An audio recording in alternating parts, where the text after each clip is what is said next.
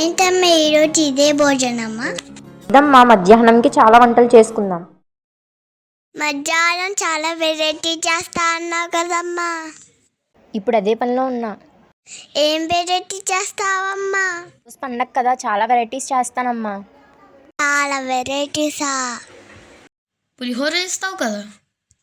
అది లేకుండా ఎలా? ఫాస్ట్గా చేసేయమ్మా, నాకు ఇప్పుడే ఆకలి వేసేస్తుంది. అరే చేస్తా.